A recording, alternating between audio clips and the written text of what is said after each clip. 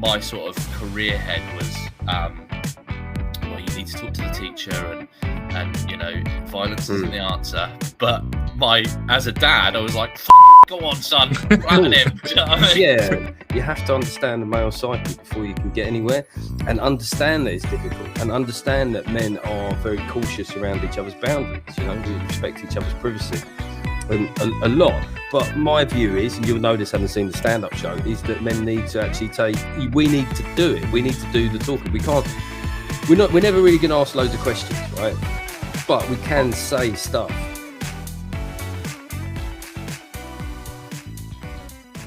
Welcome to the Losing It podcast, where we talk heavy so you can feel light. Today we have the honour of welcoming our first celebrity guest to the podcast.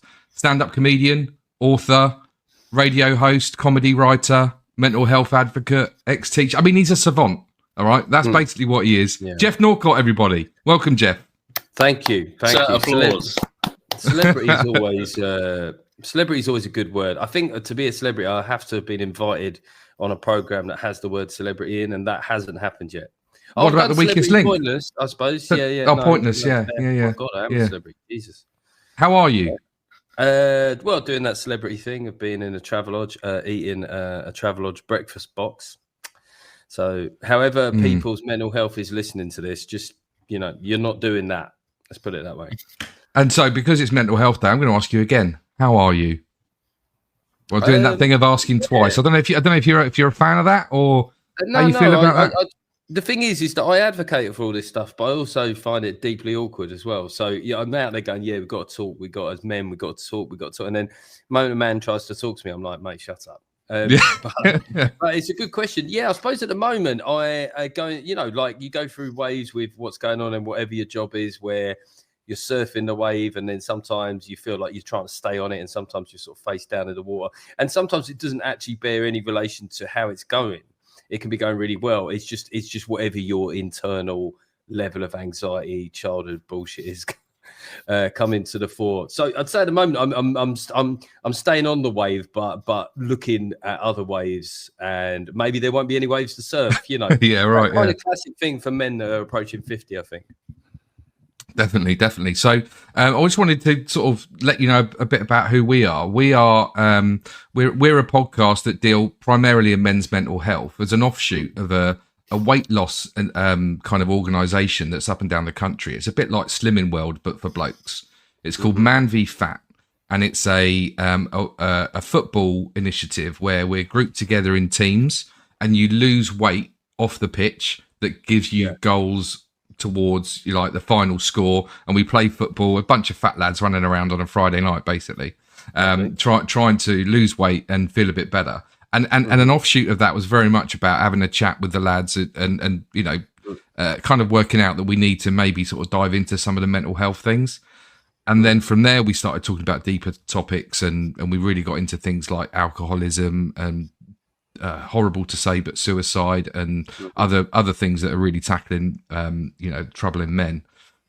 So that's us. We're all about sort of mental health and sort of weight loss and fitness. Basically, is kind of what we're all about. One of the things I wanted to run by you is just to get your comedic opinion on some of the team names that we've set up for ourselves over the last couple of seasons, and one of them very topically that I think you might like is Kebabadeen. How would you rank that one? Good. Yeah, I would like you that. rate that one? Yeah, very good. That's a proper pun. I mean, they have to sound like, for a pun to work, they have to sound like it could be a word, I always think. Exactly. We like that one. And another good one that was at the top of my list was Borussia Moobs and Back Fat. I mean, it's quite a walk, but I mean, you've got moves in there. That's always funny. Back fat, things being fat is funny. I like it. I thought of Bocadillo Juniors, if you wanted to take it international. Very nice. Yeah, we've definitely got that. We've got Bayern Munchies. Paris Sandwich Man. Paris. I mean, that's good because it's tortured, I would say. It doesn't quite scan, but you can feel the sort of logic of somebody reaching for a dad gag, which I always approve of. Can I give you my apex, the top of the tree for me though, and I think this is one up your street. It's simply KFC. KFC, great, yeah. The Colonel. That is fucking strong, isn't it? That is strong. Donald could be like an international football club owner. He sort of fits the bill. Just imagine him sitting up there like a sort of Ryan Reynolds figure, but that has made the world fat. It doesn't. Yeah, quite. Top my list. Doesn't top my list. The top of my list will always be obesity. Obesity. Oh, nice. Oh, Very right. good. Yeah. See, it took a minute For the Guardian readers, though, because they'll take pleasure in unpacking it and then giving themselves credit for having unpacked it, I reckon. Good. So, obesity. It takes a little bit of pronunciation. Yeah. So let's dive into you then, Geoff. What is it about the in the mental health side of things? I know you've we'll probably talk maybe a little bit about your book and your latest tour, but what is it about the men's mental health scene, for want of a better word, or issues that is resonating with you? Well, for me, it kind of started when I appeared on Politics Live in autumn of 2023, because I was promoting a book which was essentially quite light-hearted, really. British Bloke Decoded. It had a bit in there about marriage. Oh, what, this one? Oh, this one. Yeah, that one. Still available. 2 available, in the words of my publisher. But yeah, there were certain things in it that I took a light tilt towards it, but really it was overtly a comedic book.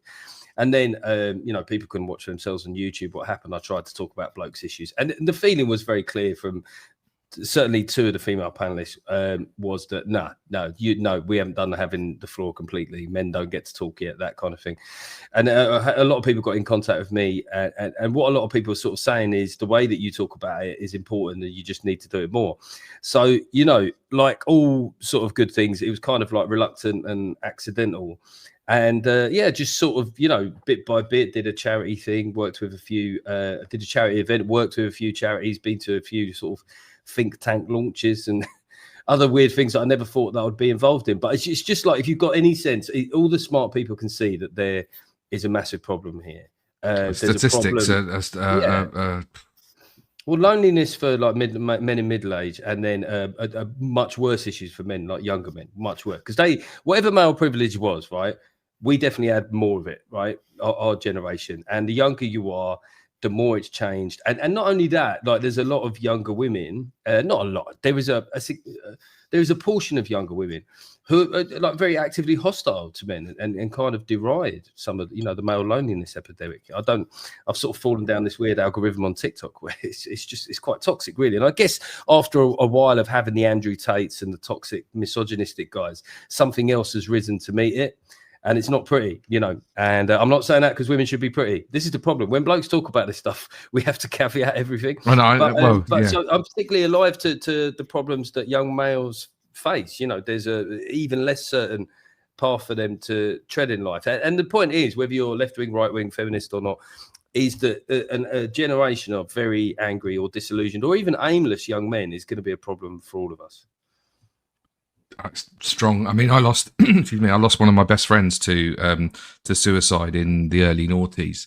One of my best mates from school, and none of our circle of mates knew the depths of the struggles that he had. I mean, they were very specific. There was and I've spoken about it before on here, so I won't go down that road again. But there was a very specific issue he was dealing with.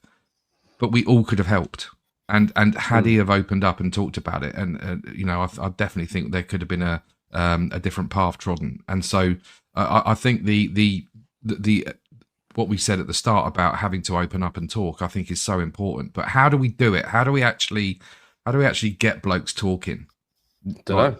I mean, there's a bit. It's not helpful. But what I mean when I say I don't know is that I think it's really important to acknowledge that it's not easy at all, because the problem is like the mainstream media will catch on to stuff like this. And they'll often like get the right sort of they'll ask the right questions but give the wrong answer. So they'll just say men need to talk, men need to open up, men need to become more emotional, men need to cry more. So a lot of these are you're telling particularly young males what to be. They wouldn't do that with young women. They wouldn't say that a real man, they'd often say a real man isn't afraid to cry. A real man isn't afraid to talk about his feelings. They wouldn't say a real woman isn't afraid to. They wouldn't do the same. So there's double standards still at work. You have to understand the male psyche before you can get anywhere, and understand that it's difficult, and understand that men are very cautious around each other's boundaries. We respect each other's privacy a lot. But my view is, and you'll know this having seen the stand-up show, is that men need to actually we need to do it. We need to do the talking. We can't. we're never really going to ask loads of questions, right? But we can say stuff. I'm We can really just conscious say it. of accidentally giving away spoilers to the show. So if Yeah, no, I don't need to accidentally spoil say it. something, No, it's fine. I mean, the jokes are sort of like a way of getting the point over it, you know. 100%, 100%. So, but the point is that men just need to get on the front foot, and quite simply, it's a better position in life if there are other people that know what's going on in your life. We will all have blokes who are, you know, we'll be talking to them and they'll be talking about a kid, and we'll go, "Oh, I don't remember the third one's name," or or that might even be the third wife's name. You know, it could be anything really. So you just go, right, because we are, mate. That's how our brain works. Our brain is more tunnel vision. We are more sort of self-absorbed, but there has to be a minimum service level. You know, like when the doctors go on strike or whatever. There's got to be a minimum point, right? Just need to know the fucking basics here, and it's just it could definitely be. I'm not an idealist, right? Part of what makes me a small C conservative is seeing the world as it is, rather not as you wish it to be. But it can just be better. It's obvious that it could be a bit better. And whenever you say to people, like, it's not about like solving everything in your life, but do you think you could be a bit happier? Imagine that, just being a bit happier, you know, and or content. And or less anxious, you know. Could you be a bit less anxious, you know? Because people often, the problem is when people do counselling or they do any sort of therapies, they're often, once they've said, right, I'll do it, they weirdly switch to thinking that 5 sessions and everything will be fine. It won't. You'll just have a context for how you feel, but that's still better than not having that context. And when you like the Radio 4 series that you did, the Working Men's Club, did you like when you're pitching stuff like that and you say, like, I want to talk about men's issues, but in a way that's a bit accessible and lighthearted, but you do still tackle some pretty deep topics in some of that stuff. Is that a hard sell, like trying to get that through, like sort of producers, editors? What you need is a lot of the people that you're speaking to are women, and there's loads of women. The people might not believe this, but in TV and radio that are interested in this, it's definitely got traction as an idea, male wellness, in the last 2 years. There are some, and I'll say it, dinosaurs out there. Do you remember when they used to say that about blokes? You know, a sort of old male chauvinist pig. There are the equivalent of that in women. If weirdly, like, younger women are actually generally more sympathetic, or women of a certain age with teenage sons. They're like, right, yeah, I know there's a problem, please help. But there are, like, you know, the commissioner there. If you met her, you know, she's got a very funky look about her. You might, for your own stereotypes, think that she wouldn't be on side with this, but she was so on side with it. She helped shape the idea. Actually, she made it a better idea. And yeah, they could see, you know, you can see that it's something that needs to be addressed. I think you know, if you look in the liberal bubble, for want of a better word, what they're on the lookout for is, I'm not coming at it from the sort of Tate, sort of Rogan-esque, no, manosphere type thing. You know, it's not coming at it from a macho point of view, which, to be honest, I don't think is like very typically British either. Anyway, like with anyone that is kind of, we're dripping in irony and sarcasm. So to sort of act like an alpha with all the answers just doesn't really. There's probably a smaller community online that you could really develop, but if you're speaking through a national broadcaster, you have to pitch it broader. Yeah, if you were to come across like that, you'd be hammered. You'd just be absolutely hammered. You'd come across as a right felon. Who is this guy? Like, you know, if somebody wants like a thought leader on TikTok, or some guy goes, every day, crush your fucking workout, crush protein, high value, you know, like there'll be a small group of people that are susceptible to that cult-like thinking. But most people will go, but that doesn't work, right? You know, it's like staying in shape, you know, like all these ridiculous workouts. It's really important to stay in shape. It's also important to have something that, you know, you can continue with, that you can repeat. There's no point like having a regime that will injure you or become so onerous in your life. It has to be repeatable, you know. So most people will be on the lookout for something like that. And on the Times radio show now, you've got the Man Friday section with often you get the Man Whisperer on, who I just think is just a god. I think he's absolutely superb. Yeah, people like Kenny. He's just got that voice, that way. Yeah, of talking. yeah. It's very, very, very reassuring. He's very small. Like, can fit him in a backpack. He's like Yoda. Yeah.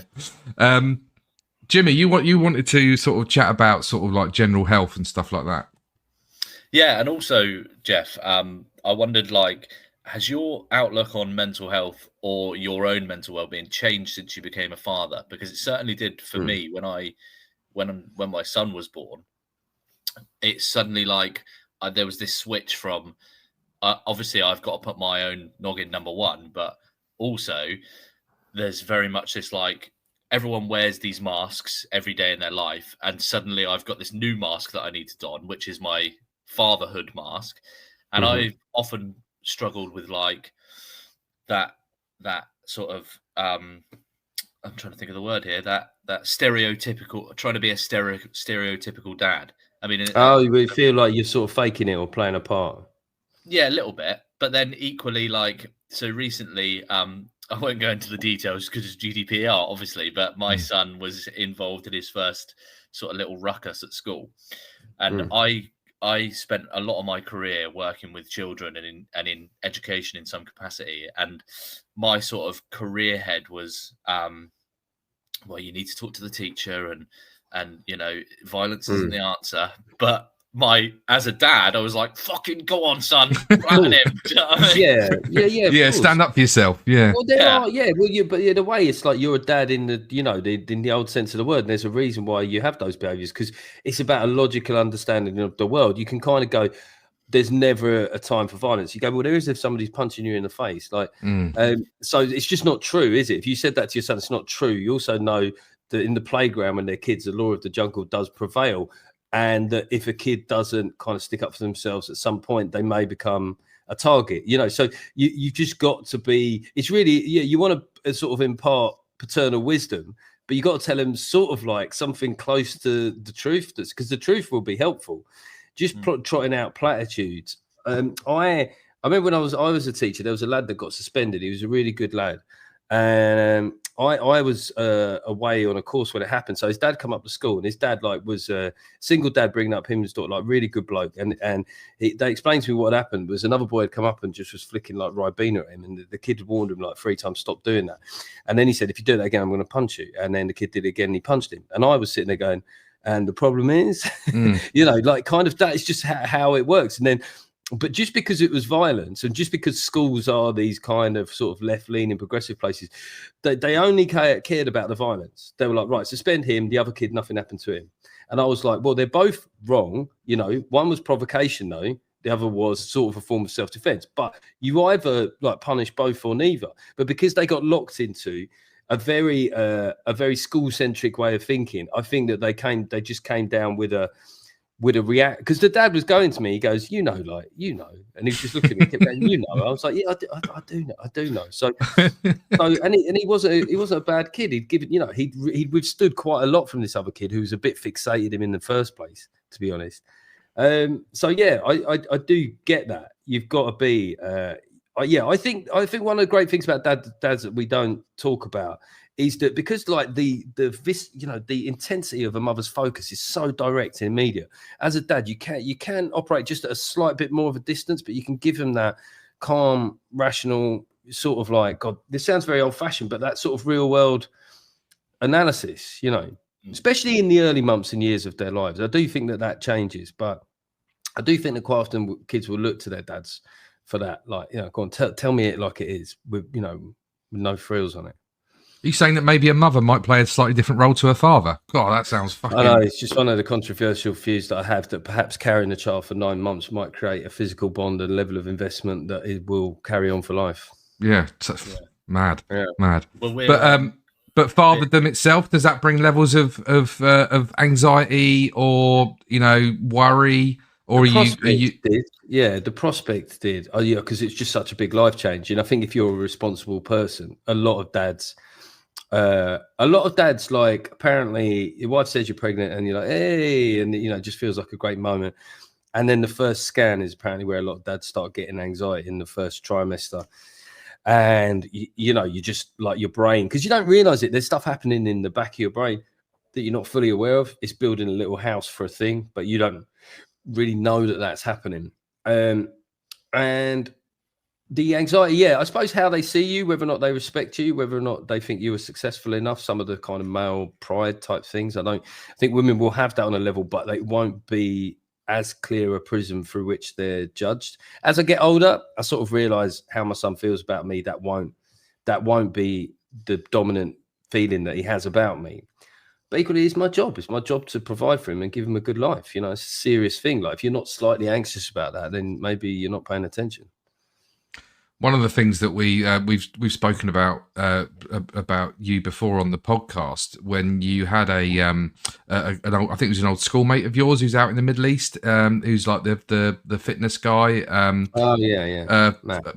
Forgive me, forget his name, Matt. Yeah, he was talking a lot about like sort of attitude of gratitude and writing down things that make you that actually make you happy and grateful. And I get a big sense from a lot of the stuff that you do that your time with your son is some of the most precious, you know, be it watching Star Wars or cricket or whatever other hobbies you're giving him. You know, that seems to me like where you find some real happiness as well, being a father. There's a certain sense of peace. You know, if I'm sitting with him watching a cartoon or a film, or we're doing something, like everything's like well with the world.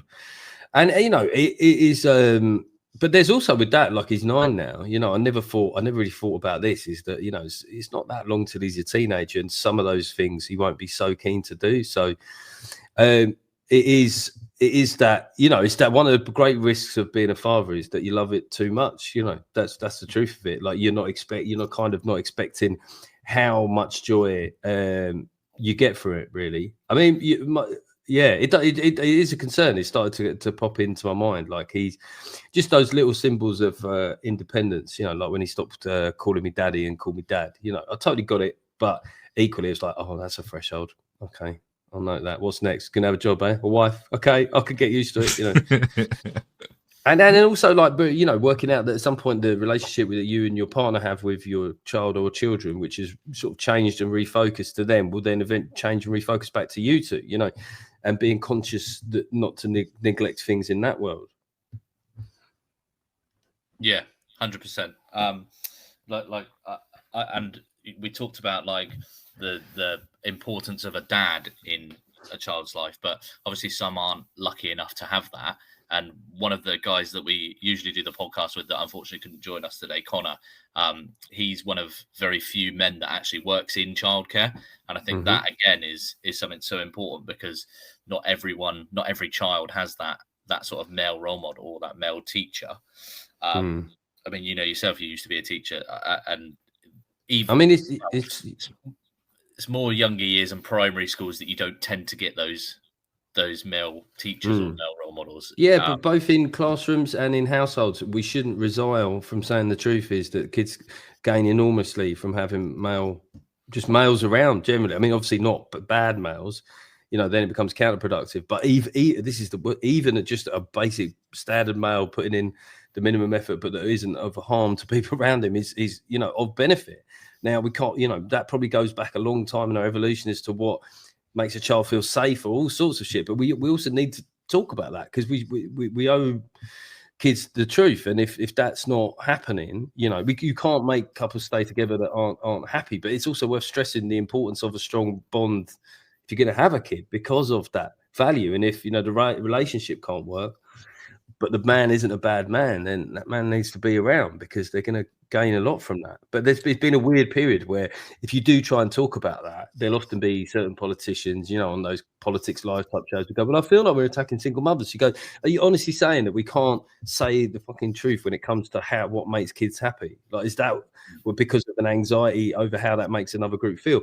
And also I often think, like, do you think that single mothers are not thinking, they're sitting there thinking, oh, it would have been better if this had worked out as a relationship? Of course, they're not stupid. You know what I mean? They would like the help. They would like that presence, but they're also aware that, you know, at some points it can't carry on, but we shouldn't be afraid to name the truth. The studies are out there if people want. They are. The figures in criminality for people who didn't have male role models is huge, absolutely massive. I don't know. I mean, it might come down to something as basic as there's a bigger creature in the house that you're worried might give you a clip around the ear hole. You know, it's not. I'm not saying, I'm not advocating. I would never like physically do that with it, but subconsciously, mate, it's got to be something, right? It's got to be like, well, he big, me go quiet when he talk. Well, talking of being big, well, let's talk very quickly about like weight loss and weight maintenance, that must be difficult for you as a touring comedian and someone who writes and acts, and you wear a lot of hats, so to speak.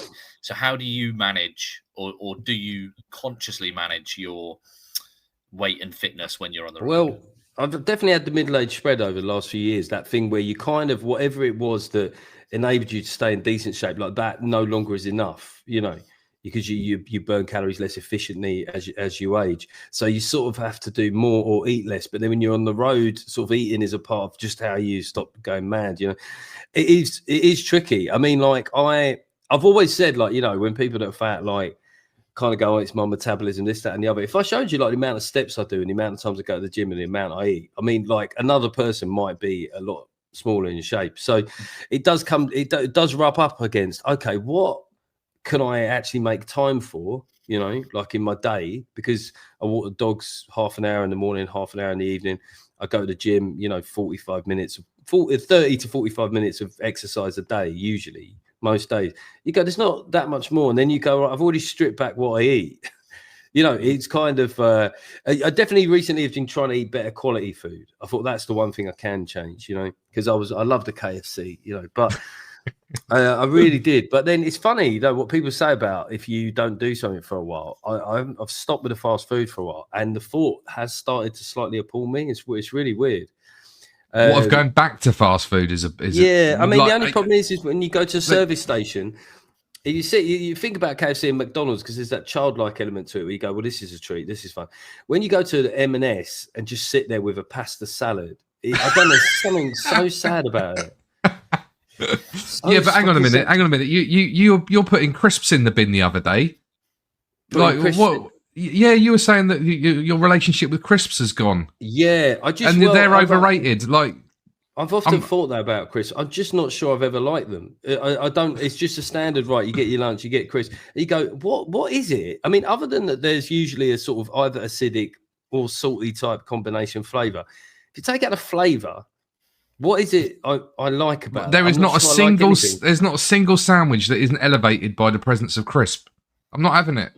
I can see that it's hard for people to reevaluate that relationship because it's so like sort of archetypally what you have for lunch. But yeah, the meal deal is sandwich, crisps, and drink. Do you know the hard thing though, Jimmy, about making a change is having to acknowledge you could have done it a while ago. That's I think in human nature, that's where a lot of people don't do stuff. Because if you go, fuck, I could have done this years ago.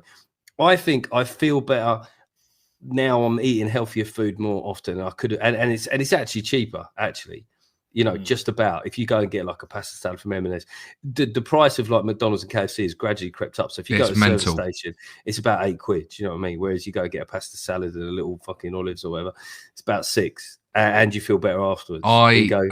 I had it just doesn't feel like a treat. I had the new Burger King Wagyu burger meal the other day, Geoff, and it was over £13. They're just. I mean, I think it was amazing, but it wasn't £13 amazing. No, and I bet half an hour it didn't feel. Half an hour afterwards, it felt less amazing. Yeah, true. Yeah, it's very much short-term gratification. Yeah, I mean, and that's fine sometimes, but I think the moment that you throw in the cost thing that you're talking about, I think when it comes to coffee and fast food, there's going to be a recession in this country because all those roadside places that have opened up, they're just reaching a level of cost where even if people still absolutely want to do it, they just won't be able to. Yeah, it's mental. And maybe that's how we'll finally get slim, that there'll be all these derelict units by A roads. We saw the figures the other week about Pret. Pret are really trying to reach into your wallet, aren't they? I warned Pret. People won't listen to me. I warned about too many people going to uni. You know what I mean? I warned Keir Starmer wouldn't last 2 years. I warned, just people that should all listen to my podcast. Yeah. What most people think. Best podcast out there. Let's give that a plug. I mean, I think we're kind of getting to the end of the topics that we wanted to talk about. But is there anything sort of lastly from you, Geoff, that you want to sort of impart wisdom on in terms of mental health and things that you think as a people we should be doing better?